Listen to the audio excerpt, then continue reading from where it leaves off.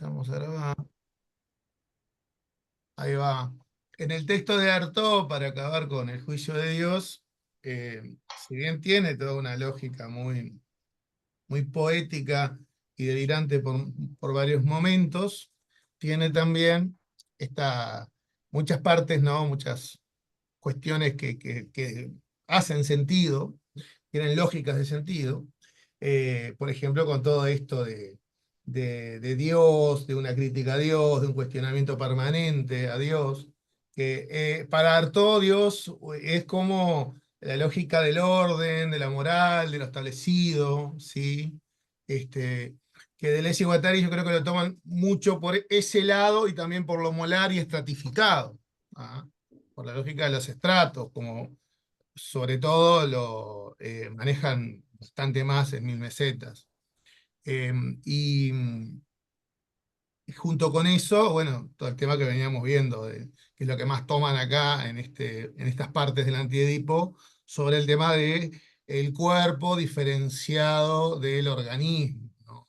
Este, y esta guerra como lucha, pelea que ve Artaud entre el cuerpo y el organismo, que sería como el orden, ¿no? Justamente, esta cosa de Dios, decirlo de un modo, ¿no? Entonces él ve como el cuerpo como una fuerza energética, libre, por eso dice el cuerpo no tiene nada que ver con el organismo, ¿no? El cuerpo pelea contra el organismo, huye de él, etcétera, ¿no?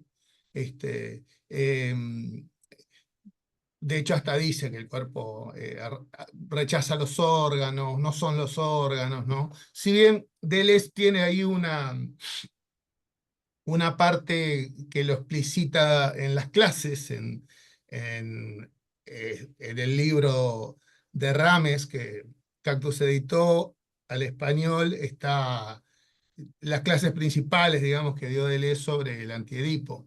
Y allí Deleuze dice que el problema en realidad, que Artaud ve también con los órganos, no es tanto con los órganos. Dice.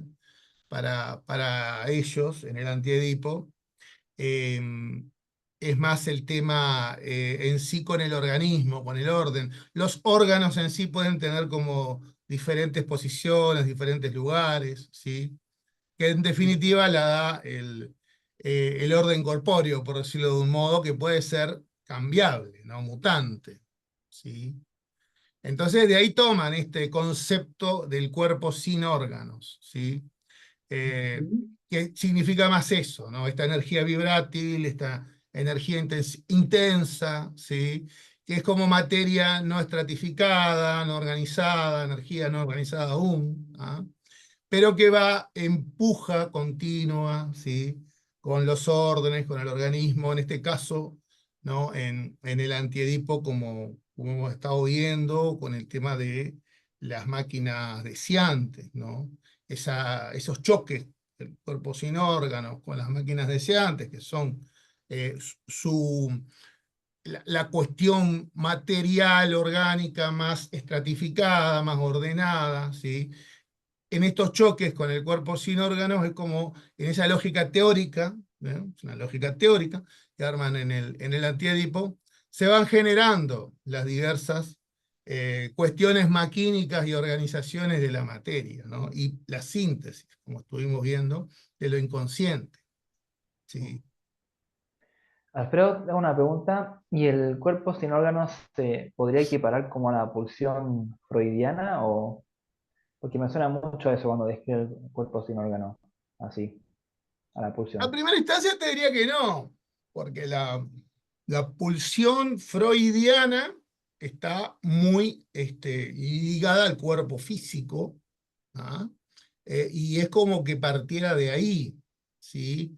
Y además está muy ligada a una teoría objetal donde busca cierto objeto para satisfacerse, ¿no? O sea, la lógica de la explicación de la pulsión freudiana está muy ligada a ese punto de vista. Primero, físico, organismo, y esta cuestión de la búsqueda de un placer determinado en un objeto, o sea, toda la lógica de la teoría de la pulsión freudiana está muy, muy ligada a lo personológico, digamos. ¿no? A la persona, al organismo del cuerpo humano. De hecho, Freud hasta llega a decir que es una especie de concepto que va entre lo físico o entre lo somático y lo psíquico, ¿sí? En una de las conceptualizaciones que hace Freud, o que yo a esta altura recuerdo de Freud, más o menos. Y esto que hemos estado viendo, el cuerpo sin órganos, y esto continuo que hay con las máquinas deseantes, va mucho más allá. Es decir, en primera instancia, acá lo que están haciendo Deleuze y Guattari no es solo un modo de explicar lo que sucede en lo humano, sino lo que sucede en la materia, en todo, digamos, ¿no? En la sustancia. Esto es una conceptualización de lo inconsciente y del deseo que es inmanente al todo, ¿no? A la multiplicidad. ¿Ah? Eso en primera instancia. Después, sí, siempre hay los que llamamos las encarnaduras y los agenciamientos y todas las cuestiones que advienen como efecto en nosotros mismos, ¿sí? De todo eso, de todas esas lógicas, digamos, de cuerpos sin órganos y de máquinas deseantes, que están como transversalizando todo, y bueno, y cómo en los planos más singulares de un campo determinado, pueden ser los nuestros o los que los humanos solemos frecuentar, ¿no? Nuestros contextos, podríamos decir, ahí también hay ciertas formas de visualizar los cuerpos sin órganos y las máquinas deseantes, ¿sí? En esos agenciamientos de cuestiones diversificadas de lo humano y no humano, ¿sí? Pero esto es un punto importante, ¿no? No es algo que hemos estado insistiendo mucho, no es la teoría que presentan Deleuze y Guattari, no atañe solo a lo humano. Obviamente que la subjetividad y lo humano está muy presente y tiene su lugar, pero no atañe solo a lo humano, ¿no? De hecho, es como una especie de sistema filosófico que está ahí, forma fuerte, eh, que para mi gusto tiene mucho que ver más con el proyecto de Deleuze que de Guattari, ¿no? Yo creo que Guattari, si bien se acopla, también genera ahí una serie de conceptualizaciones y de visiones más acerca de lo subjetivo, más aún que Deleuze, creo. Este, y de hecho creo que presiona mucho más Guattari con sus lógicas más psicológicas, institucionalistas, su campo político, el campo de lo social, de lo psicoterapéutico, también de lo psicoanalítico, etcétera, e impregna ahí muchas vueltas en la teoría, en ese choque también que hay un poco con Deleuze y Guattari. Yo un día de estos decía bromeando que Guattari podía ser más capaz la parte cuerpo sin órganos del dúo, ¿no? Por decirlo de un modo, ¿no? Que trae siempre las líneas de cambio, las líneas de enfrentamiento, de desestratificación, ¿no? Este, lo decía un poco más de esa lógica. Pero respondiendo a eso que decías vos, Sebastián, ¿no? No es la pulsión. No es la pulsión. Es un concepto muy diferente, muy diferente. Este, eh, Tiene esta cuestión, como decíamos, ¿no? Las descripciones que dan del cuerpo sin órganos, ¿no?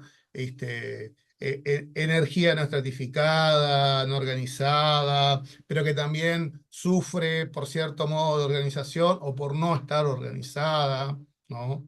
O por no estar organizada de cierta manera, ¿sí? Siempre está en un correlato con la organización, ¿ah? Es como esa fuerza, de algún modo, que no está organizada y que puja a su vez a las organizaciones, a la fuerza organizada, a generar otra cosa. Como esa fuerza de cambio permanente, el cuerpo sin órganos, ¿sí? Es lo que muchas veces lo hemos hablado acá, tal vez en el campo más de lo político, psicopolítico, eso que genera malestar subjetivo, malestar en las masas, malestar en cuanto a, bueno, no se aguanta más cierto tipo de orden que genera malestar, que genera daño, que genera algo que hacemos, nos hace sentir que está mal, ¿no? Ese tipo de sensación y que nos puede hacer generar no solo sensaciones, sino además lógicas de reflexión, de pensamiento sobre la realidad y demás, para generar, por ejemplo, ¿no? Campos de crítica, campos de revolución, campos de otras miradas, campos de decir, bueno, hay que generar otra cosa diferente, bueno, eso, ¿no? Podemos pensar, por ejemplo, ¿no? En fines del siglo XIX, el cuerpo sin órganos que fue generando que Marx y Engels generaran todo un dispositivo de lectura, de crítica y de movilización muy diferente del que existía, por los malestares que generó el auge inicial del industrialismo en Europa, ¿no? Por ejemplo, y generó también que las masas tuvieran, sobre todo las masas, nuevas masas, ¿no? El nuevo sujeto oprimido, el nuevo sujeto de la historia, ¿no? Además de la burguesía, en este caso el proletariado, también tuviera nuevos modos de posicionamiento, de reflexión, de generar también masa y subjetividad, ¿no? Parece la subjetividad proletaria en sí, también, ¿no? Y modos diferentes de revolución. En conjunto, obviamente, no solo, ¿no? Con otras miradas socialistas, comunistas, anarquistas, etcétera, ¿verdad?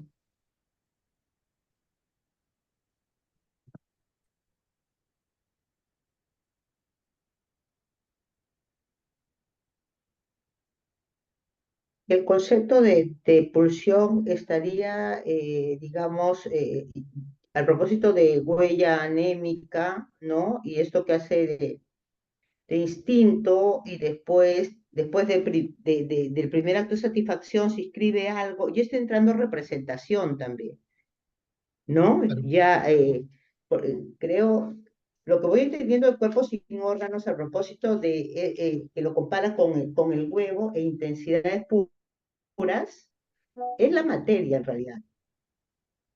Sería la materia. De nuevo la pregunta, ¿qué es la materia?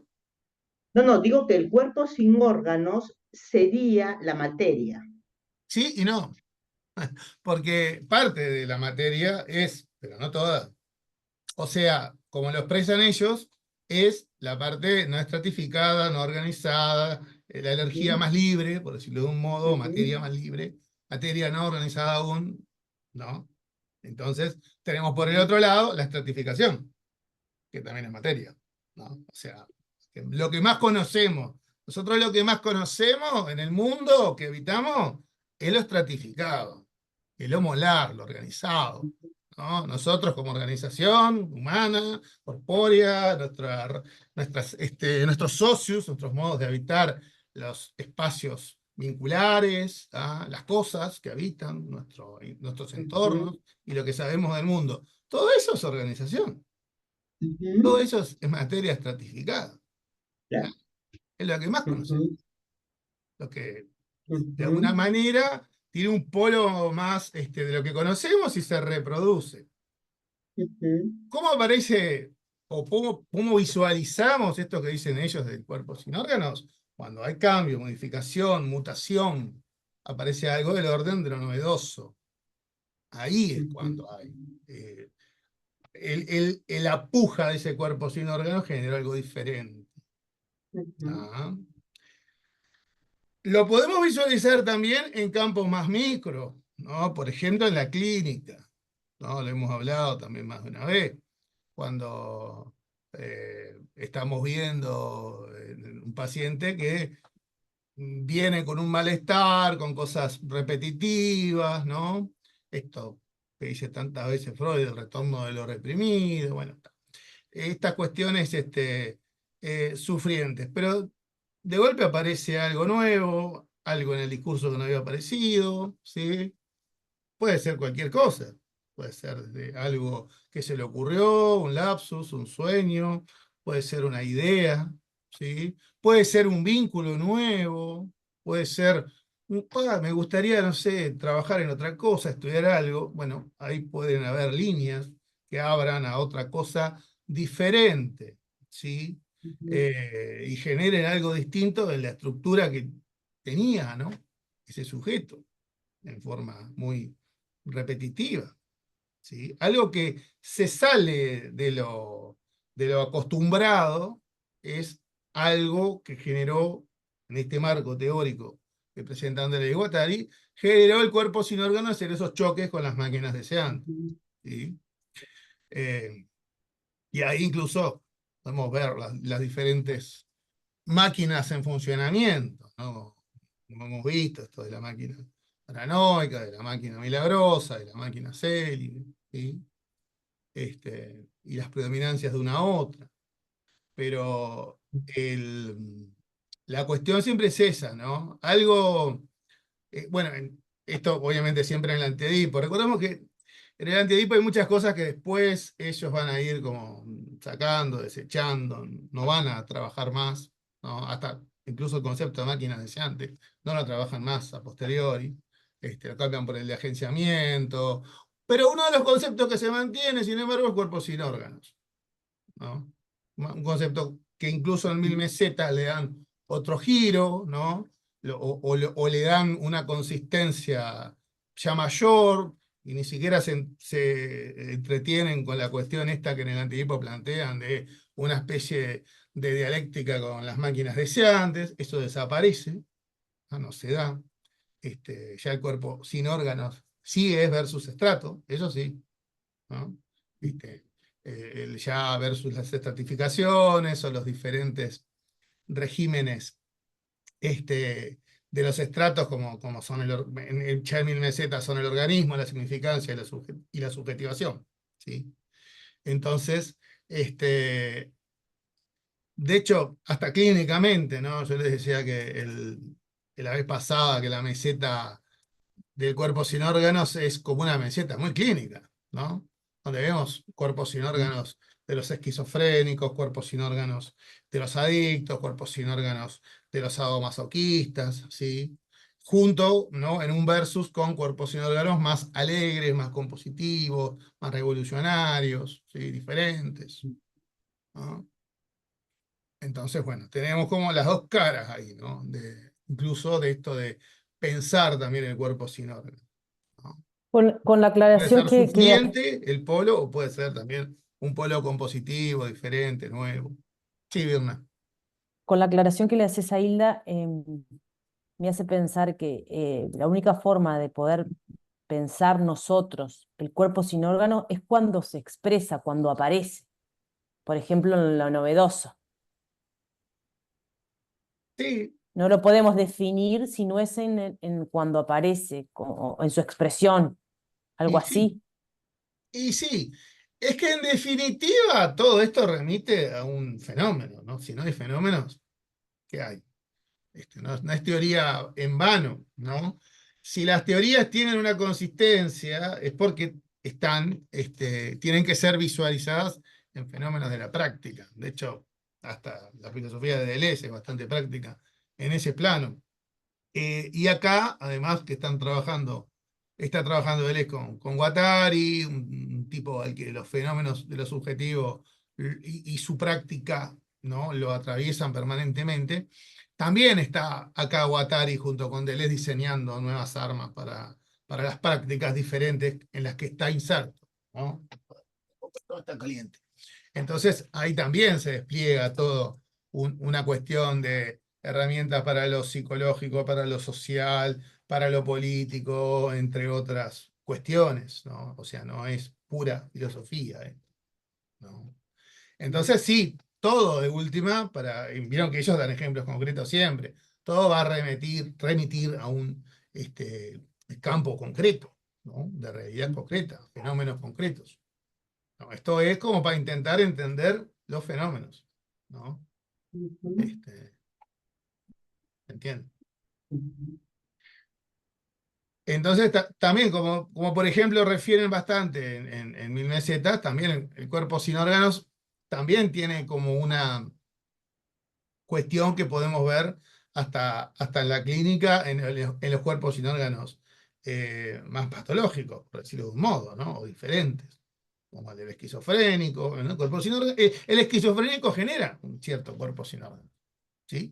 Con su delirio, con su modo de ver la realidad, desestratificó todo ahí, ¿ah? ¿Sí? Porque, bueno, el cuerpo sin órganos no remite necesariamente a algo bueno, o sea, esto es así, lo Ujú. bueno y lo malo es relativo siempre. Entonces, bueno, sí, Era justo lo que... hecho pedazos el yo, el delirio es otra forma de Ujú. estructurar el orden, ¿no? Para el esquizofrénico. Sí, Hilda. Es lo que te iba a preguntar. Digamos, el cuerpo sin órganos en estado puro sería la muerte. Porque pensaba esto de las conexiones. De alguna manera hay una tendencia a conectarse. A propósito de esto que estudiamos con lo conectivo, ¿no? Entonces, digamos, luego, bueno, va a haber toda una organización que pueda afectar esa forma de organización, ¿no?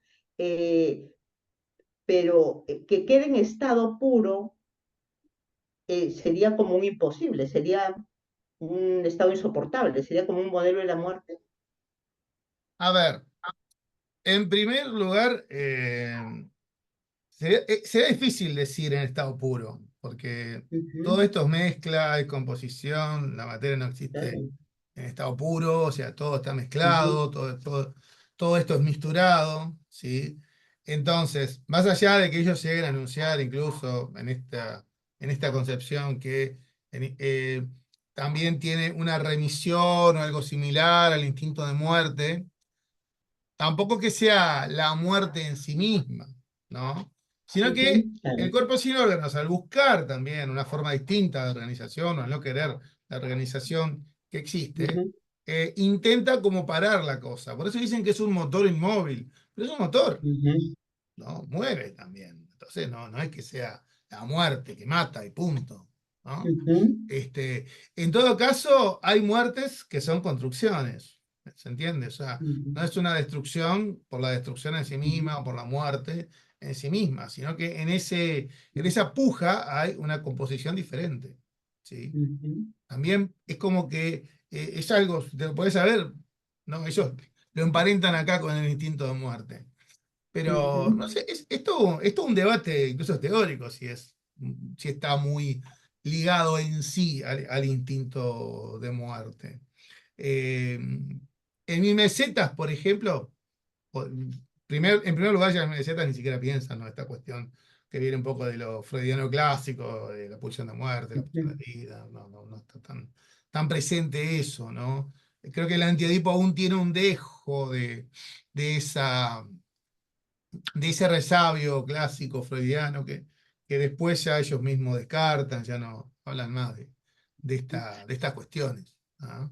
Entonces, bueno, ahí la cuestión con el cuerpo sin órganos es en función de lo que se compuso o no. Y eso que se compuso puede ser algo muy vital o algo muy jodido, ¿no?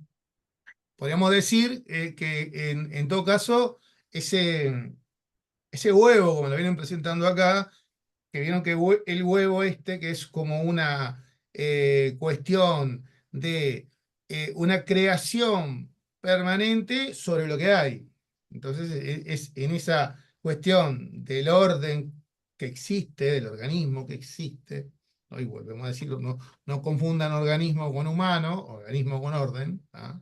El orden de lo que hay establecido, ¿no? ¿Mm? Por ejemplo, ¿no? Decíamos que buena parte de este concepto viene del huevo dogón, ¿sí?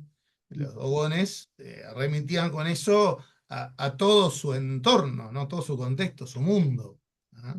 Entonces, bueno, era concebido así, ese huevo mutante, ¿no? Ellos eran parte de un huevo, un gran huevo, ¿ah? Así como un huevo genera vida, está creando una vida, bueno, esto es lo mismo. Ese símil metafórico hace pensar esto. El cuerpo sin órganos también está atravesando y generando vida, ¿sí? Entonces también está gestando. Es como gestaciones permanentes, ¿sí? Que generan, entre otras cosas, subjetivaciones, ¿no? Entre otras cosas, sol, pero sí, también, ¿ah? Entonces, bueno, ahí es donde se pueden generar cosas, para bien y para mal, ¿no? Tanto en el entorno de lo social como en el entorno de lo más microsocial, vincular, familiar, más personal, ¿no? Como estos cuerpos personales que describen en Mil Mesetas, por ejemplo, ¿sí? El del adicto, el del psicótico, y así podemos pensar, podemos pensar en el trastorno obsesivo compulsivo, yo qué sé, pilas, ¿no? De cuerpos sin órganos, como tantas patologías conozcamos, ¿no? O argumentándolo ahí con las disposiciones psicopatológicas, o le quieran denominar, a las diferentes conformaciones subjetivas, ¿sí? Este, entonces, va como por ahí la cosa del cuerpo sin órganos, ¿sí? Nosotros más o menos habíamos quedado donde estaba apareciendo ya lo del huevo, ¿no? Que un poco lo habíamos Ujú, estado viendo, más o menos iba por la 27, ¿se acuerdan? ujú, Entonces acá donde ya se mete con intensidades, con la vida, lo vivido, lo no representable. ¿Se acuerdan que habíamos estado hablando de esto que ya viene de la teoría de Lesiana, de una crítica fuerte a las filosofías de la representación? ¿Sí? ujú, Que viene ya del platonismo, esta división, idea, materia, idea, realidad, ¿no? Deleuze tiene un ataque contra esa lógica, ¿no? En todo caso, cuando sí tenemos algo que decimos representación o significado, cosas por el estilo, lo que está para Deleuze hablándose ahí es de otro tipo de inscripción, ¿ah? Pero no de algo que representa a eso.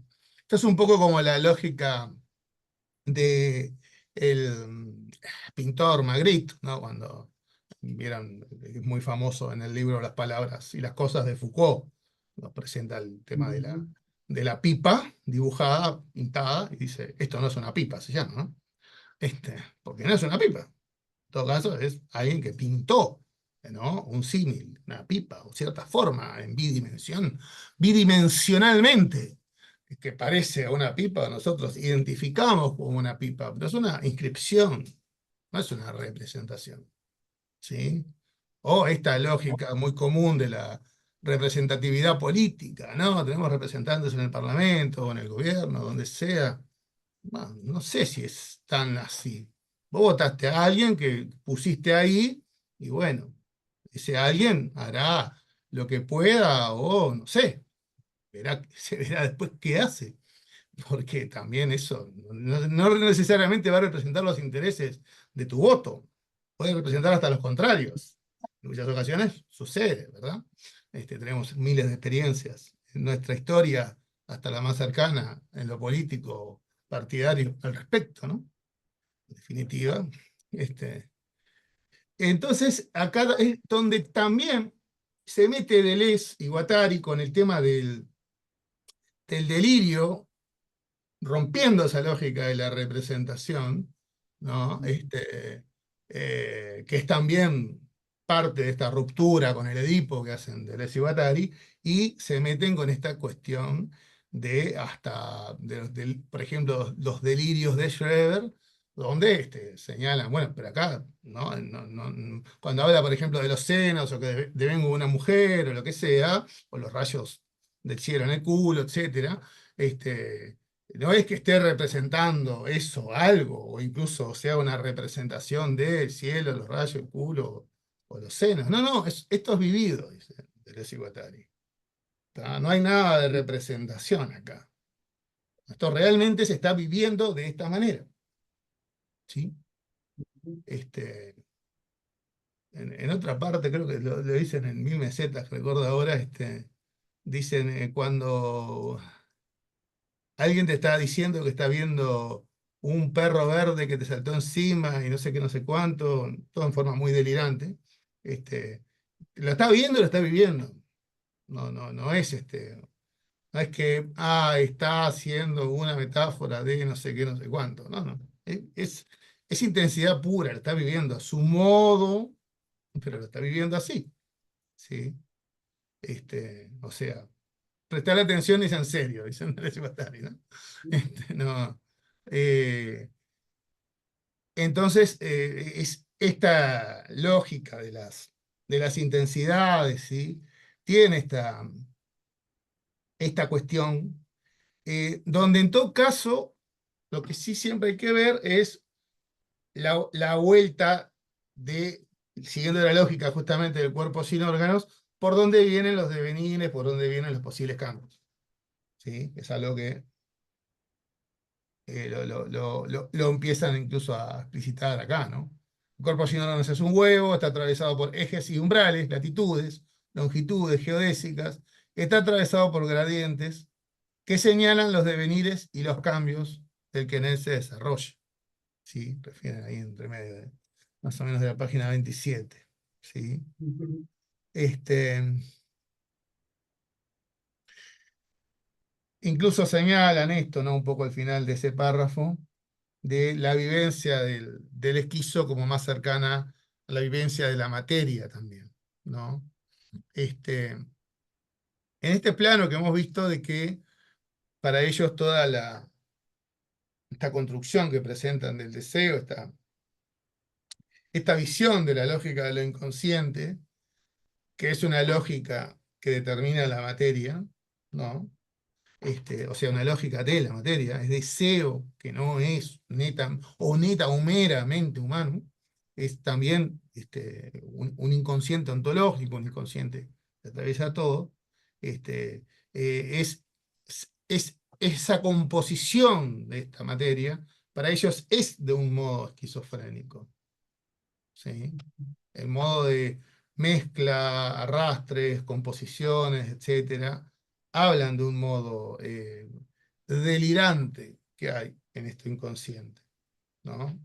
Y en eso sí capaz que son muy freudianos. ¿Tá? Cuando Freud remitía a esta lógica de lo inconsciente no ligado, donde todo puede ser en ese inconsciente cualquier cosa, no hay una lógica explicativa racional, ¿sí? Entonces ahí todo puede mezclarse y generar muchísimas cuestiones azarosas, ¿sí? Es inconsciente freudiano más primario, pero acá está remitido a todo, no solo a lo humano, ¿sí? ¿Se entiende? Bien, bueno. Llegó Diego a todo esto, ¿no? Que está también ahí. Bueno, ¿cómo vamos? ¿Cómo van? Resonancias y demás. También me quedé pensando en esto de la tercera síntesis Ujú. y que es donde se produce el sujeto. Sí, ¿No? sí. Porque ahí ya también ya están hablando en términos de producción y que el sujeto se produce como un resto de todo esto que se va como componiendo, ¿no? Entonces, Ujú. eso a mí me pareció importante. Sí, claro. De todos modos, todo es producción, no solo de producción Ujú, sujeta, ¿verdad? Siempre hablamos de proceso de producción en todo, en las tres síntesis. De hecho, recuerden que es un modo analítico de pensar estas tres síntesis, que en realidad es todo como una especie de movimiento continuo. ¿Tá? Este, entonces sí, la tercera síntesis, que es la que para ellos explicaría la existencia del sujeto como resto, como residuo, ¿ah? Em, como una tercera parte, digamos, ¿no? A posteriori de esas ujú, síntesis de conexión permanentes y continuas y las disyunciones que generan esta cuestión de lógica de, bueno, acá hay algo, acá hay otra cosa, acá hay otra cosa, ¿tá? Pero no hay aún una lógica de decir, acá estoy yo, acá está este que siente, este que piensa, este que, etcétera, ¿no? Así lo decimos los humanos, al menos, los bichos lo dirán de otra manera, las plantas de otra, las piedras de otra, yo qué sé, ¿no? Recuerden esto que una ujú. vez Guattari dijo en el 92 hasta las piedras tienen subjetividad, en el 91 en Argentina, en unos congresos que hubo sobre nuevos paradigmas y subjetividad, que está en un libro ahí compilado por ahora, ya no me acuerdo cuánto, lo tengo por ahí,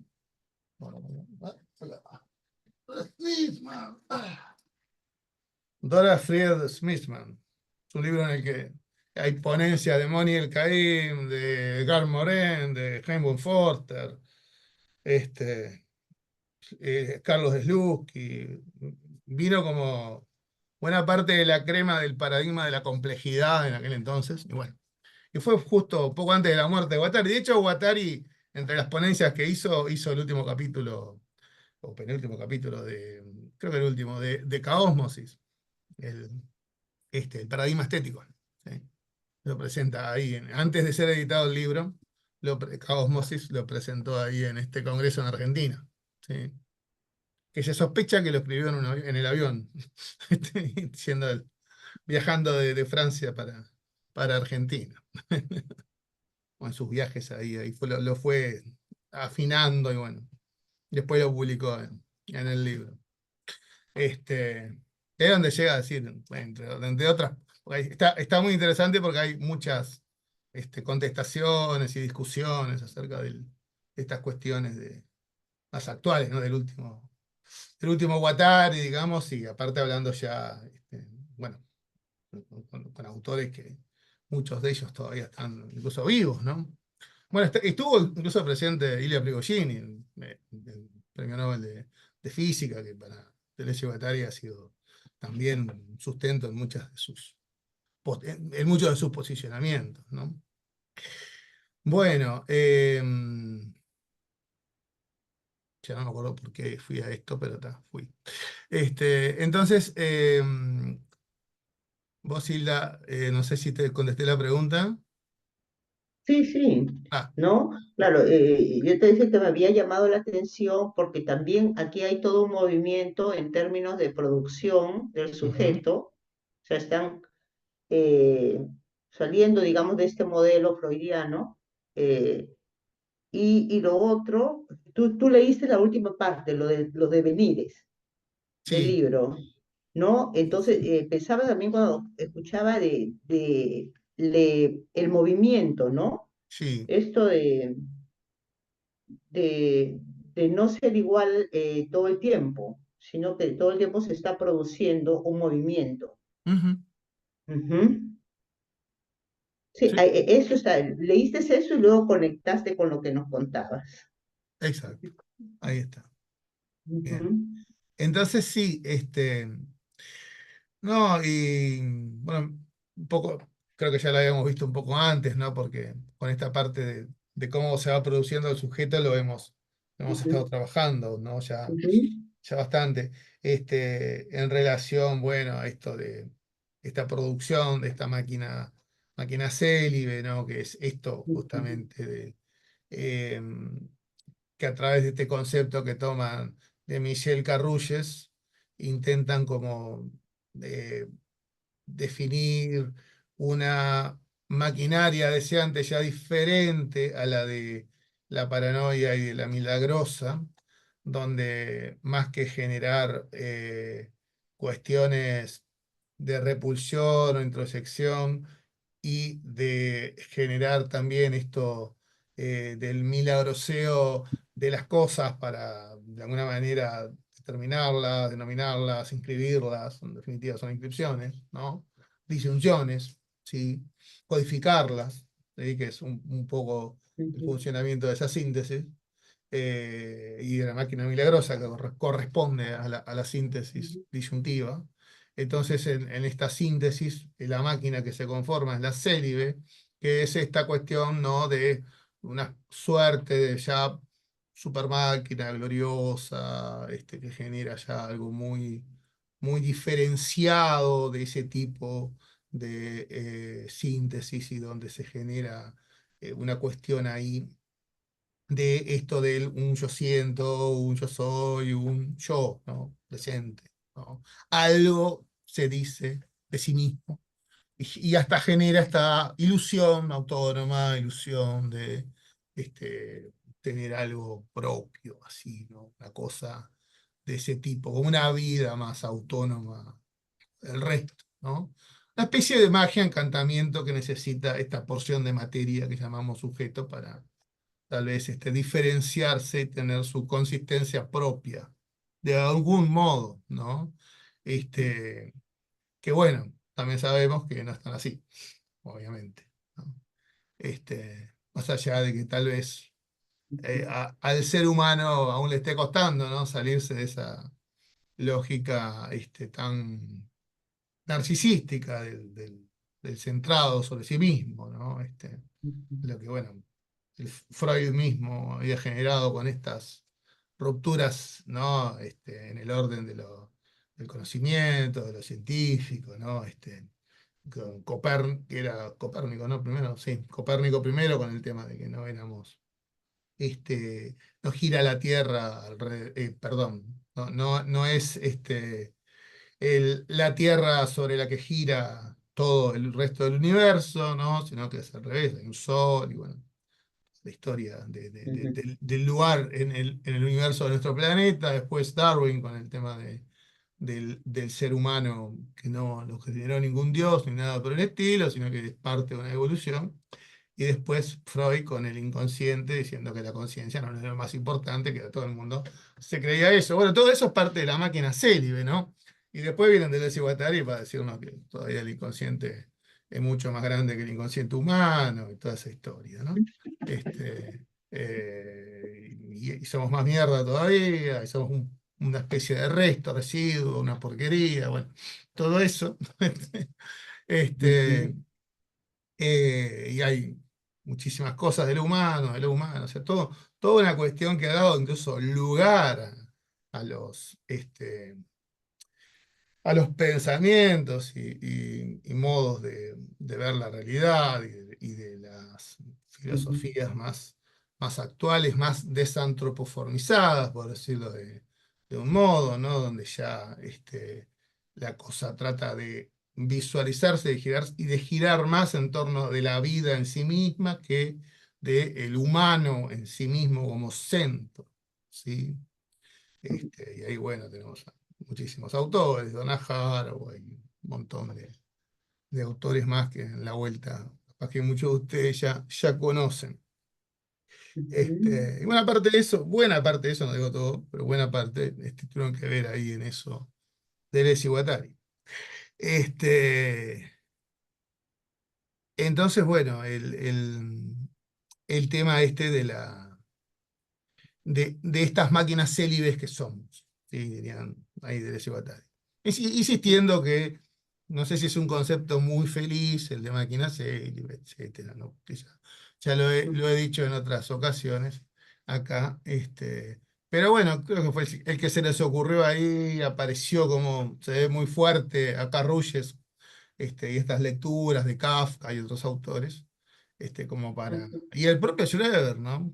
Cuando, este, trae estas cuestiones de yo me siento mujer y ya me siento más curado y está con otra. De hecho, es así en la evolución de Schreber, ¿no? En ese devenir mujer está ya muy próximo a estar ya por fuera de sus cuadros psicóticos, ¿no? Es como una previa, ¿no? De última, eso lo ayudó a subjetivarse de otra manera también, ¿no? Entonces, bueno, tiene un emparentamiento, ¿no? Eso célibe, digamos, ¿no? Si bien, obviamente, como ya les digo, esto lo desechan a posteriori, ya no trabajan más de estas máquinas, ¿no? Este, y las lógicas pasan ya por otro lado a posteriori, ¿no? Pero bueno, estamos en el antedipo esto lo visualizamos así, sí, en esta parte sobre todo. Alfredo, en la última parte de ese capítulo que habíamos quedado de revisar cuando habla de Nietzsche, ¿no? Sí, de esta parte que vamos Sí, ahí. yo no, me es difícil entender esto, ya entiendo, el centro destituye al yo, lo saca del centro. Dice que en el Sí, centro está la máquina del deseo, la máquina célibe del eterno retorno. En la 29, en la última parte, ¿no? es cuando habla de Klosowski, ¿no? Ujú.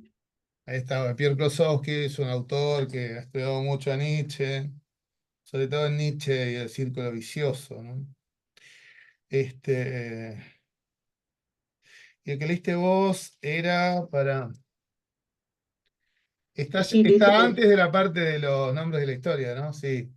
sí, sí, el sujeto se extiende sobre el contorno del círculo cuyo centro abandonó el Ah, yo.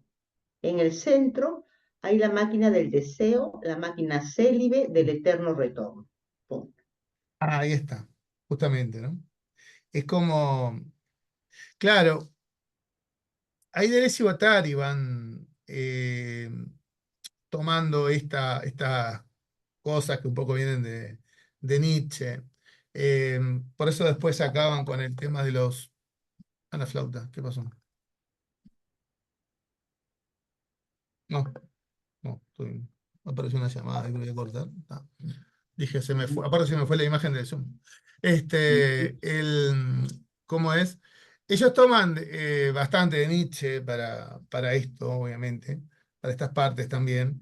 Eh, entonces, bueno, ese diagramado, ¿no? Es una especie de diagramado teórico ahí que van haciendo, donde, cortar la llamada, porque si no, bueno, sí, está. Esto de como el eterno retorno en Nietzsche, que es una noción bastante compleja, eh, tiene mucho que ver con las cosas que retornan en la historia. ¿Ah? Em, por ejemplo, eh, cuando Guattari habla mucho de los arcaísmos que retornan como neoarcaísmos, tiene bastante que ver con esto, ¿ah? Con cosas de la historia que se vuelven a dar, a repetir. ¿Sí? Em, cuando, por ejemplo, habla de los valores que se dan y que continúan a lo largo de la historia, podemos decir del siglo XIX al XXI por lo menos, de los valores que se generaron en los socialismos, comunismos, en el marxismo, etcétera, anarquismos, del siglo XIX como valores, ¿sí? Eh, continúan generándose en la historia, retornando también. ¿Tá? Entonces, estos eternos retornos son un poco estas cuestiones en las que Nietzsche eh, profundiza. A ver, las morales también tienen sus eternos retornos, ¿sí? Este, eh, entonces son como cosas que se repiten, pero en un plano de diferencia. ¿Ah? Valores, ideas, van mutando a lo largo de la historia y de las subjetividades, ¿no? En nuestros socios, en nuestros pliegues sociohistóricos, etc. ¿Ah? Eh, por eso es que también ahí a posteriori, casi al poco de esta cita que traías vos, Hilda, va a ir generando esta cuestión de cómo pensamos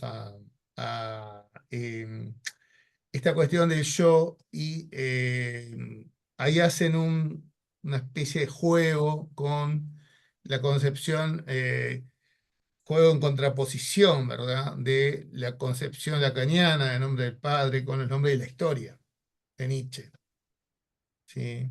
Entonces Nietzsche va a decir que lo que más en sí visualizamos en lo inconsciente son los nombres de la historia, más que un nombre de uno, de un padre o lo que fuere. ¿Sí? Incluso eso que podemos atribuir al nombre del padre también habla de nombres de la historia. ¿Sí? eh, ya sea por las propias dinámicas de las historias en lo familiar, pero también en lo social. No sé cómo transversalizan estas cuestiones también, ¿no? Este, em, como por ejemplo lo decíamos en relación a las ideas, a los valores, ¿no? Puede venir siempre un Bakunin, un Marx, etcétera, ¿no? Que no van a funcionar como en el hoy, por ejemplo, como moldes de aquello, que surgió alguna vez en el siglo XIX, pero sí van a estar generando como especies de valores, ideas, fuerza. También para generar otras cosas, porque no van a ser repeticiones de aquello del siglo XIX, sino que van a ser o servir para generar, en todo caso, otras conformaciones. ¿Sí? Incluso en esta lógica de cuerpos sin órganos podríamos llegar a decir esto de eh, estas cosas que van colgándose del cuerpo sin órganos o de estos cuerpos sin órganos y generando otras consistencias, hay otras máquinas, otras cuestiones célibes. ¿Sí? ¿Se va entendiendo más o menos? ¿Se entendió más o menos lo que quise ahí señalar? Sí, y habla un toquecito antes, en la Sí, 28. Es re interesante esto que dice de las fuerzas centrífugas, sí, eso directo de Klosowski. y después refiriéndose a, a que en realidad la identidad no, que son, que permanentemente estas intensidades eh, conmocionan al individuo a tal punto de que es un individuo permanentemente distinto en función de esas identidades, ¿no? De intensidades. Y que la identidad fija, ¿no? Sería como que algo que fija, que fija, eh, y habla incluso de un carácter fortuito, de lo que será tal vez, no sé, lo que yo entiendo, capaz que la tiro afuera, ¿no? Pero el yo, ¿no? El yo o una identidad, una identificación con algo. Como que hay algo fortuito que hace que eso cuadre, ¿no? Enganche, pero en realidad hay una constante permanente, está en permanente movimiento. Digo, Sí, em, ¿qué vuelta le dan a esto? ¿Cómo lo ven? Para no ser yo el único interpretativo. A mí me parece interesante, A ver, perdón, que no sé Sebastián. qué le pasó a la cámara que no anda, pero bueno. No, Eh, no, esto que decían de los nombres de la historia, el nombre del padre, que en una parte de esa página dice que no se trata de identificarse con personas, sino identificar los nombres de la historia. Eh, entonces me parece interesante como ese pasaje o desplazamiento del yo individual al registro sociohistórico a nivel más colectivo. Eh,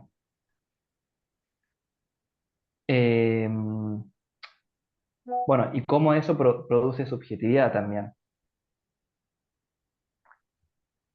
sí, claro. Sí, sí. El, el tema que acá creo intentan señalar con esto de Klosowski y su lectura de Nietzsche es esta cuestión de que no existen identidades únicas, fijas, establecidas, ¿tá? Que en general las psicologías capaz que más clásicas, más personológicas, han intentado o generado esta cuestión de sí, ¿cómo decirlo? Eh, Cómo establecer, bueno, el yo como una identidad más o menos fija, que a lo largo va evolucionando y se extiende, etcétera, etcétera, ¿no? Que tiene que ver con una lógica identificatoria, de lo que logramos como componer una red de identificaciones con nuestros padres esencialmente, ¿no? Eh, Esta mirada rompe con esa lógica, ¿sí? Este, eh, si bien no señala o no es la idea es señalar que las identificaciones con nuestros padres no tienen nada que ver, obviamente que tienen que ver, pero no es como lo único en lo que se basan las lógicas de identificación, que en primer lugar no son fijas, ¿ah? Y tienen muchísimo que ver también con estos procesos sociales, estos procesos históricos, ¿sí?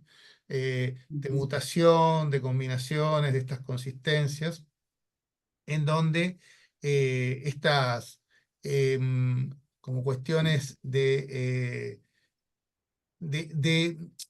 hay como, digamos, generaciones eh, ellos le denominan de una manera interesante en unas páginas anteriores como, hablan de metastásicos, ¿no? Que son como esta cuestión de una semi-estabilidad, pero que muta a su vez, ¿ah? Esto metastásico. Entonces, esa lógica identificatoria continúa siempre en movimiento, ¿sí? Y de hecho, algo que ellos van a decir después en páginas siguientes ahí, eh, ya la subjetividad va en esa conexión con el inconsciente, eh, tomando ya todo el campo social, ¿ah? Entonces, en esa conjunción con lo que generan maquínicamente el vínculo con nuestros padres, también se va generando toda incluso a través de ellos, vamos combinando también una serie de cuestiones ideológicas identitarias que los sobrepasa, los desborda ya a los padres, ¿sí? Eh, Más todavía pensando en el hoy, ¿no? Eh, Incluso ¿no? Bueno, recordando, por ejemplo, el análisis del caso Hans que hacen Deleuze y Guattari en relación al caso de Freud, donde Freud siempre remite todo a los órganos sexuales, al padre, etcétera, ¿no? Toda una lógica muy materna y paterna. eh, Justamente algo que describen ahí mucho Deleuze y Guattari es cómo estas cuestiones de identidad de Hans en relación a el entorno social en el cual está ubicado, y cómo también esas identidades se mueven en función de los elementos sociales que están generándose en el entorno de Hans y que Hans está descubriendo, ¿no? Por ejemplo, la calle, el carro, el carro con un caballo, el caballo que es, no recuerdo bien cómo fue el contexto, pero un caballo creo que se lesiona de un carro, el carro se para, el dueño del carro lo castiga, el caballo para que se mueva. Toda esa serie de lógicas que se dan también genera nuevas cuestiones identitarias, ¿no? En el propio Hans. También toma cosas, ¿no? Que no son del padre, cuando remite, por ejemplo, al caballo, al entorno, a la calle, ¿no? Incluso el conocer la nueva vecinita que está cruzando enfrente, ¿no? No es que está remitiendo a una lógica de, porque hay ahí Edipo, la madre, no sé qué. No, también está conociendo a una nueva subjetividad, otra persona que está ahí, se mueven otras cosas, no es todo una lógica materna-paterna de identidad. También eso tiene que ver con las mutaciones en este plano, ¿ah? Entonces, algo de eso, ¿no? Tal vez estén queriendo decir con esto de, ¿no? Las fuerzas centrífugas nunca huyen del centro, sino que se aproximan una vez más para alejarse de nuevo, ¿ah? Por ejemplo, ¿no? Pensando en el plano donde se mueve Hans. Estas son las vehementes oscilaciones que conmocionan a un individuo en tanto que no busque más que su propio centro y no vea el círculo del que él mismo forma parte, ¿sí? O sea, como esta lógica de no meternos solamente en una cuestión de una lógica abstracta para adentro que lo explicaría todo, ¿no? Sino que también veamos, bueno, ¿por dónde está el sujeto? ¿Por dónde anda? ¿Por dónde circula? ¿Por dónde se mueve? ¿Qué otras cosas también lo hacen ser individuo e individualizarse? porque desde esta lógica que un poco enseña Andrés y Guattari, si el sujeto se va generando en esta serie de mega máquinas, sobre todo una maquinaria que lo genera como resto, el todo lo está componiendo como tal. Entonces, el individuo no va a remitir como una identidad fija y rígida a un formato, sino a múltiples. ¿Sí? Es como esta lógica que ellos después van a ir hablando mucho de modelizaciones, modulaciones subjetivas, es continuo esto, son flujos continuos. ¿Sí? Y después, bueno, esto de si las oscilaciones lo conmocionan es debido a que cada uno responde a otro individuo distinto del que cree ser, desde el punto de vista del centro inencontrable, ¿no? Interesante esto también, no hay una identidad rígida, fija, ¿no? Una individualización permanente, ¿no? O con un individuo netamente fijo, sino que todo esto está en mutación, en construcción permanente. Obviamente, ¿no? Reconociendo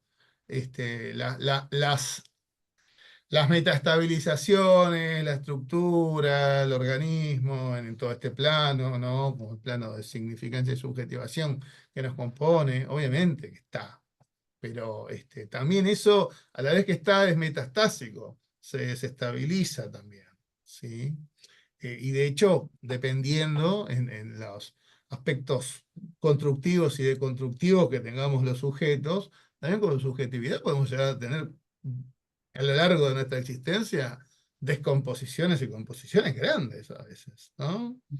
Es todo muy singular, a veces mutamos poco en una existencia, o sea, podemos visualizar la existencia que sea y tal vez no mute demasiado, al menos en lo aparente.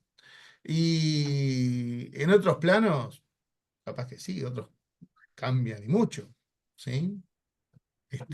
Hasta desde lo físico, hasta de lo identitario sexual, que está hoy tan en la orden del día, por ejemplo, ¿no? O de género, ¿no? Eso pasa y mucho. O por lo menos cada vez con más frecuencia, ¿no? Aparte de los cambios que pueden haber en otros tipos de lógicas, ¿no? No sé, de orientaciones o de cuestiones más relacionadas con otros aspectos de la vida también, que podemos tener cambios grandes, ¿no? En fin, eso siempre, ¿no? Es como que uno lo piensa, realmente uno, lo que vos decías al principio, ¿no? Del hecho de vivir captado por lo molar hace que en lo molar hay identidades, ¿no? Hay árboles, hay raíces, ¿no? Hay ancestros, hay lugares donde uno dice, bueno, eh, qué bueno que no cambie, no cambió nunca, ¿no? Fortalecer el yo, ¿no? Y sin embargo, la propuesta y en estas máquinas productivas, deseantes, en este juego hay varios flujos que intervienen y que circulan, que no hay es como que hasta la lógica de ese centro está, ¿no? Ese centro que genera una periferia, ¿no? Ese tronco que genera raíces, ramas, ¿no? Como que es un lugar el cambio hace que socave determinados razonamientos esencialistas, ¿no? De decir, bueno, la esencia de alguien, la esencia de un yo, ¿no? Eh, y ahí está lo rico, ¿no? La posibilidad de componer, ¿no? De componer, de generar, de componer en las relaciones, en los vínculos, qué cosa creativa hay, ¿no? Y cuántos dramas hay en los consultorios de decir, bueno, siempre me pasa lo mismo con tal persona, con tal otra. ¿Desde qué lugares son centros que se conectan y hay líneas duras, ¿no? De choque, digo. Eso, me quedé pensando en eso, lo que vos decías. Claro, y esto incluso que Deleuze y Guattari no, dicen sobre todo en Mil Mesetas, ¿no? Y está bien, hay que experimentar y tender a las líneas de experimentación, pero también hay que tener muchos cuidados con los estratos y hay que limarlos con suavidad, ¿no? Dicen incluso nada de andar haciendo, nada de andar dándoles martillazos a los estratos, ojo, ¿no? Porque podemos estar a veces rompiendo eh, posibilidades incluso de vida, ¿no? Entonces, bueno, más vale ir suave con los organismos, con lo molar, con las estructuras significantes y de, y de subjetivaciones, ¿no? Como que también hay que ir buscándole en sí las vueltas a eso, pero para los cambios, pero también ir suave, ¿no? Eso o sea, lo que en fin, lo señalan bastante, ¿no? Lo cual no quiere decir que haya momentos en que se pueda tal vez acelerar cosas, obvio, siempre, ¿no? Pero hay que ver el momento también, ¿no? Es como una cuestión muy artesanal, por decirlo de un modo, ¿no? Y a veces incluso los procesos cuando se aceleran, a veces se aceleran casi que solos y uno sin, al menos en lo clínico, ¿no? No sé si a alguno le pasó, pero cuando se produce un fenómeno así de, como de cambio medio rápido, es como interesante, porque es como que se abrió ahí algo en principio pequeño, pero que parece que eso generó después como una serie de reacciones en cadena, por decirlo de algún modo, y movimientos ahí de desterritorialización interesantes, ¿no? Para generar otra cosa. Eso muchas veces pasa.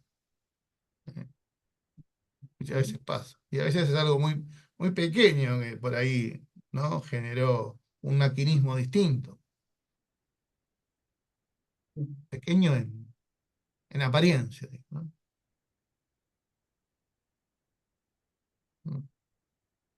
Diego está con problemas de estabilización, puso ahí en su internet, ahí está complicado en Venezuela. Aparte de que está complicado en Venezuela mismo, pero bueno.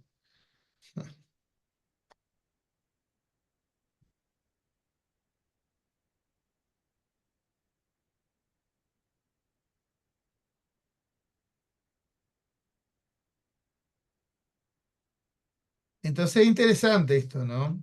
Como que no, cuando esto de los nombres de la historia, ¿no? No existe el yo ligado a una persona, ¿no? O el yo Nietzsche, ¿no? Dice ahí, ¿no? Que de alguna manera, estos yoes que somos también son configuraciones de muchas historias que están ahí plegadas, ¿sí? De alguna forma, esto que lo sintetizan en todos los nombres de la historia, ¿no? Y sí, a ver, pongámonos a pensar, y todas de un modo u otro, buena parte de las subjetivaciones de la historia están pegadas en nosotros, ¿sí? En cada uno de nosotros. O sea, al menos cada uno de nosotros tiene un punto de contacto con todo eso, ¿sí? Y eso es bien, ¿no? De estas lógicas de lo inconsciente, pero que, a ver, si hacemos un análisis medianamente riguroso de nuestro funcionamiento, podemos llegar a decir, bueno, ¿no? Alguien con un uso medianamente lógico-deductivo de cómo pensaban y sentían los seres humanos, no sé, 30 años atrás, después 100 años atrás, 200 años atrás, 500 años atrás, 1000 años atrás, y sacás esas deducciones de esos modos, ¿sí? Donde nosotros capaz que visualizamos un poco más los últimos, pero ahí estamos además en una suma o serie de diferentes bloques de composiciones en ese plano. ¿Explicó? ¿No? Nietzsche, por ejemplo, ya lo decía, ¿no? Como psicólogo genealógico que lo decía él cuando analizaba la genealogía de la moral, por ejemplo, ¿no? Y decía, che, todo nuestro pensamiento es judeocristiano, ¿no? Haciendo un análisis histórico de nuestro pensar y de nuestra moral, estaba todo sustentado en el pensamiento religioso judeo-cristiano. Entonces, el judeo-cristianismo nos moduló en estos 1000 y pico de años, o más, creo que más de 1000 y pico de años, me quedo corto, moduló todo un pliegue subjetivo que aún tenemos, ¿no? Recién tenemos un post post-cristianismo tras la Edad Media, y ahí tibio, ¿no? Con Descartes, Spinoza y varios más, que empezaron a modular otros modos de ver la cosa y generaron otras cuestiones en nuestros aspectos sentipensantes, subjetivos, ¿no? Que se fueron desparramando después, multiplicando en los pliegues sociales, ¿no? Y obviamente cuando digo pliegues sociales digo todos, las instituciones, los lugares, los equipamientos, como dice Guattari sobre todo, ¿no? Los equipamientos colectivos de subjetivación, ¿no? Que cada sociedad tiene los suyos, nosotros tenemos los nuestros actualmente.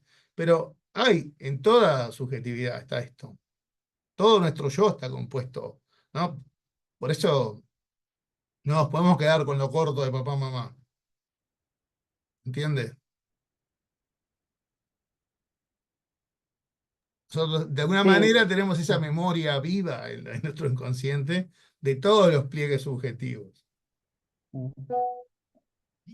a mí me parece muy interesante pensando, por ejemplo, en la clínica como ciertos padecimientos, modos de padecimiento, eh, si se individualizan y psicologizan, no se omite todo ese registro, bueno, social, cultural, histórico.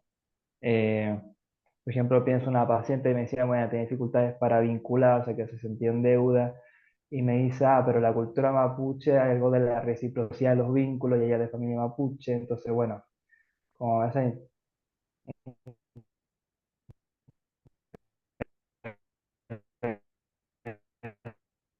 Y se interesante te quedó. pensarlo de esta perspectiva, Ay, como se incorporan y se ponen de manifiesto en ciertas situaciones, los vínculos. Va. o sea que se te cortó un poquito, ahí tuviste empezaste a hablar de la paciente mapuche, la reciprocidad de los vínculos, y ahí se te cortó todo.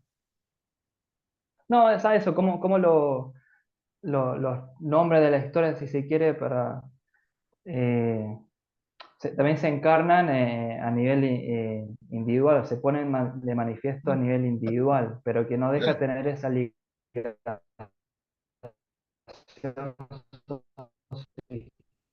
histórica, cultural. Claro, ni hablar, por supuesto, era lo que estaba sobre todo refiriendo, ¿no? Tratando de decir que el yo no remite solo a identificaciones parentales, ¿ah? E incluso hasta las identificaciones parentales están enmarcados también en estos yoes como nombres de la historia, ¿sí? Incluso estos de configuraciones, ¿no? De la historia, ¿no? Este, eh, Y de hecho, por ejemplo, lo que traes de una paciente mapuche también es re interesante, porque ahí también, por ejemplo, en esto que vemos en esta teoría que traen acá del Guattari, de los cuerpos sin órganos sociales, ¿no? También hasta eso está buenísimo de ver, ¿no? Cómo la lógica seguramente de muchas cuestiones que pasan en la subjetividad de esta persona mapuche, pasan por esto del registro más del alivido o cuerpo social del cuerpo de la tierra, con toda la lógica que ello significa, ¿no? Que obviamente, por la cultura, absorción, vínculos y demás, también debe tener bastante de los cuerpos sin órganos siguientes, digamos, en este orden lógico, como el de los bárbaros y del capitalismo, obviamente que nos debe tener. Pero la fuerza que debe tener aún ese cuerpo de la Tierra debe ser interesante, ¿no? Como para, justamente, ¿no? Debe tener toda una serie de lógicas muy diferentes a como pensamos nosotros muchas cosas, ¿no? Porque están inscriptos en un campo libidinal y de construcción mítica y social muy distinta a la nuestra. El embrujamiento que tienen de la realidad es otro. Ese milagroseo, ¿no? De la máquina milagrosa de ese campo es totalmente diferente al nuestro, ¿no? Nosotros lo milagroseamos, yo qué sé, con la ciencia, capaz que con religiones y otras cosas. Y religiones de determinadas maneras. Y ellos seguramente tengan otra mitología, otra religión, otro modo social, otro modo de intercambio con lo que denominamos naturaleza y cómo eso está impregnado en el modo, en el modus vivendi, digamos, de ese socio, ¿no? De ellos como población, como sociedad, ¿no? Es muy distinto del nuestro. Nosotros estamos más Sí, mm, desterritorializados de todo eso, ¿no? O no, sea, y me estaba, no es ni bueno sí, ni malo, es diferente, ¿no? no, y me estaba acordando además como en esa sesión en particular decía respecto a estos problemas para vincularse, bueno, que ella pensaba que tenía autismo o que le habían dicho que podía tener autismo, o sea, como también la lógica social dominante te lleva a patologizar en este caso algo que tiene que ver con una dinámica más bien cultural, no tiene nada que ver con un diagnóstico en este caso, ¿no? Ujú. Porque ella asociaba como esa dificultad para vincularse con estas personas, bueno, con que tenía autismo. Claro, y era alguien que no vivía con los mapuches, sino que estaba viviendo ya en un entorno diferente, digamos. Ella es de familia mapuche. Pero convivía con familia mapuche y en un entorno mapuche o ya en otro entorno. No, ella se refería a su espacio laboral, que no tiene que ver con eso, pero vive en el sur de Chile, bueno, que justo en una zona donde se concentra la mayor cantidad de población mapuche. Ahí va, pero labura él mismo también. Claro, sí, sí, Ahí va. sí, sí. ¿Y por qué le decían que podía ser autismo? No recuerdo si eso se lo habían dicho a alguien o ella empezó a pensar eso, que tenía No. autismo, eh, porque ella identifica, bueno, cierta dificultad, como que se inhibe, se cohíbe ante ciertas personas, como muy selectiva para relacionarse. Y yo creo que asociar esto del autismo con el no sé si como este repliegue de no querer relacionarse con estas personas, yo creo que como que lo razonaba de esa manera, ¿no? Como que con este imaginario de las personas con autismo que todas tienen dificultades o sea, se piensan así como dificultades para vincularse con los otros, Bueno, capaz que lo como que que tenía hacían esa más que asociación. nada, no sé, me late más a una subjetividad tímida, algo más fóbico que otra Sí, cosa, ¿no? sí, ¿No? sí, sí. Pero, Ya cuando te pero, autodiagnosticás autismo, está difícil. Está muy difícil, ¿no? pero Es como cuando pensaba cómo, te autodiagnosticás, no sé, esquizofrenia, otras cosas. sí, Mira, lo más probable es que pens- no, ¿viste?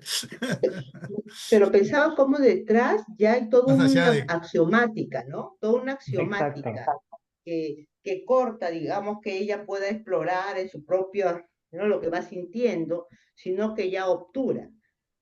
Mm. Exacto. Sí, sí, vaya a saber con qué puede estar conectado, pero es interesante que la conexión ahí, capaz que ya lo estás haciendo, ¿no? Trabajar mucho con los valores socioculturales de ahí. Eso es como re importante, ¿no?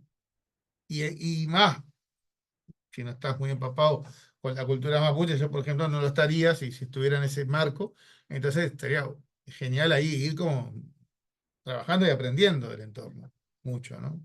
De lo cultural ahí en eso. Este, para ver realmente en qué estábamos y qué produjo ahí maquínicamente la cosa, ¿no?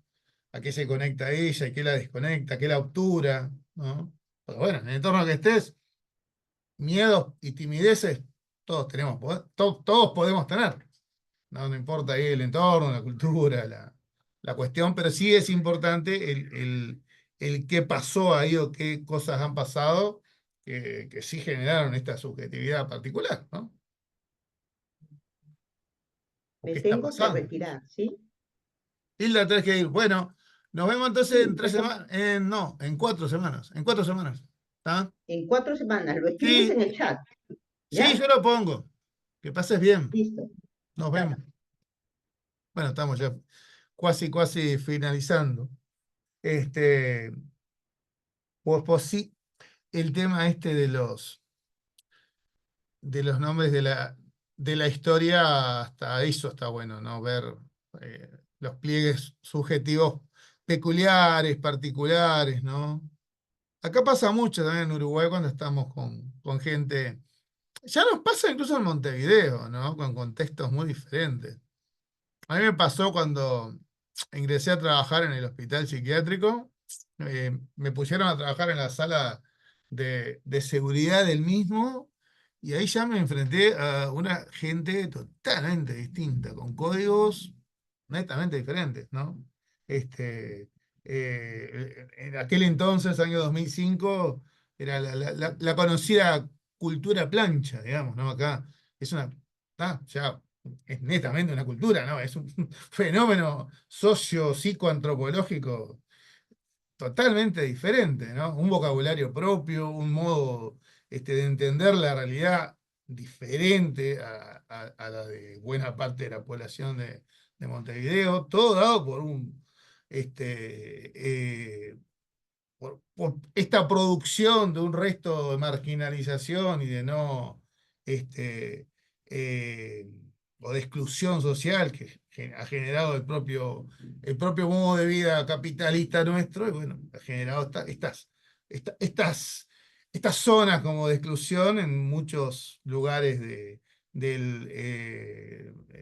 del lo que llaman, por ejemplo, en Buenos Aires el conurbano, acá sería el contorno prerrural de Montevideo, todas esas zonas, es donde genera la mayor parte de lo que nosotros llamamos zonas más marginadas, Cantegriles, etcétera, son los nombres que le ponemos acá, Villa Miserias en Argentina, por ejemplo, que ha generado también todo un fenómeno eh, cultural totalmente distinto, ¿no? Donde los valores son otros, las vidas son otras, el valor de la vida es otro, ¿no? Donde el código, ¿no? Uno dice, el código, no sé, psicopático o delincuencial o lo que sea, pero es otra cosa, ahí ya en muchas ocasiones es el modo de vida para adaptarte, porque si no, es como, no, no, como deben decir, si no te armás, te matan, es así, ¿no? Es un modo ya dado. Y tal, produce, obviamente, singularizaciones saladamente no complicadas, pero bueno, también es también eso, ¿no? Comprender también otro modo de vida, ¿no? Muy, muy diferente, ¿no? A nuestras neurosis capitalísticas. Muy diferente. Nada que ver. Y no es, justamente, ¿no? Una de las cosas que más aprendí es a no enchufarle estos códigos psicopatológicos esencialistas, ¿no? Algo de lo que Deleuze y Guattari acá vamos a ir viendo que lo dicen en relación a la esquizofrenia, ¿no? Si entendemos la esquizofrenia desde el punto de vista específico, no lo estamos comprendiendo. Esto es lo mismo. Y vemos a gente por un cuadro psicopatológico, como, ¿no? De hecho, era- lamentablemente era una de mis labores hacer psicodiagnósticos ahí, ¿no? Entonces, sí, era muy fácil de ver, bueno, aquel es un psicótico, aquel es un psicopático, aquel es un border, bueno, está, pero ¿y de qué da cuenta eso? Es una mera explicación para la justicia, prácticamente, porque incluso para lo que se podía hacer, ya no pasa tanto por eso, sino más por comprender un poco la cosa e intentar, en la medida de lo posible, cambiar la vida de esa gente, ¿no? En la medida de lo posible, cuando se podía. En muchas circunstancias, a veces se podía, a veces no, dependiendo ahí de las situaciones, ¿no? Pero eso, ¿no? Es si algo hay en estos autores es que nos ayudan a eso, ¿no? A huir de esos planos especificistas, ¿no? Este, a ver, volvemos a lo mismo, ¿no? Sin negar de que existen, es una herramienta que se usan, porque están en el plano de la estructura, de las estratificaciones, obviamente, ¿no? Y en determinados contextos institucionales hasta te lo piden, vos, ya que es preciso saber si está para un hospital psiquiátrico o para la cárcel, o es así, ¿no? Cuando te llegan en ese dispositivo, por ejemplo, ¿no? en ese dispositivo hay que discernir o ayudar a discernir entre otros técnicos en esa posición, ¿no? Esta persona, por ejemplo, bueno, cometió un crimen, mató a alguien. ¿Cómo lo hizo? ¿En qué entorno? ¿Estaba pirado cuando lo hizo o no? En esencia, es eso, por ejemplo, ¿no? Lo cual también tiene su valor. Es así. Pero en ese plano, más allá de la codificación judicial, etcétera, que como digo, sirve creo más para la justicia que para otra cosa, está también después, que es lo más importante en esto, cómo se produjo eso, ¿no? El fenómeno concreto, singular con el que estás trabajando. Y bueno, de eso se trata un poco esto, ¿no? De ir viendo esos contextos, esos agenciamientos, esos pliegues, esas máquinas que estuvieron ahí, esos vínculos, todo eso, ¿no? Que dispuso la cosa de esa forma, ¿no? Y cómo intentar ver si podemos ayudar para que haga una línea para otro lado, o varias líneas, en algunos casos, para otro lado. Bueno, gente, dejamos hoy por aquí. Entonces nos vamos a estar viendo, yo les mando bien la fecha, pero es el segundo jueves de octubre que nos ven ahora, ¿está? Así que bueno, estamos ya, como quien dice, finalizando el sujeto del goce, así que les invito a aquellos que tengan de esa parte, obvio, sí, anteriores también, y ir metiéndonos en la parte de la psiquiatría materialista, que es lo que adviene ya ahí. Bueno, quien quiera además seguir leyendo y profundizando, genial también, y vamos trabajando como siempre en la resonancia. Alfredo, tengo una pregunta. Sí, ¿Está pregunta. pensado el grupo de estudio para leer todo el libro o hasta Sí, cierta... ¿Sí? Ah, sí. buenísimo. Si lo Genial. logramos, veremos. No, a Pero mí me en encantaría. principio es la idea. Genial. Es la idea. Genial. Si nadie nos detiene, seguiremos hasta terminar el libro. Y después vemos. Buenísimo. Hay ya gente que ha Ujú, propuesto hasta otros. ujú. Mirna, por ejemplo, estaba la vez que viene, decía, ¿seguiremos con el meseta? Y no sé. Vamos a ver. Bueno, cuídense, que estén bien esta semana. Si bueno, aprovechen para leer y eso. Dale. Chau, Que pasen chau. lindo. Chau, Chao. chau.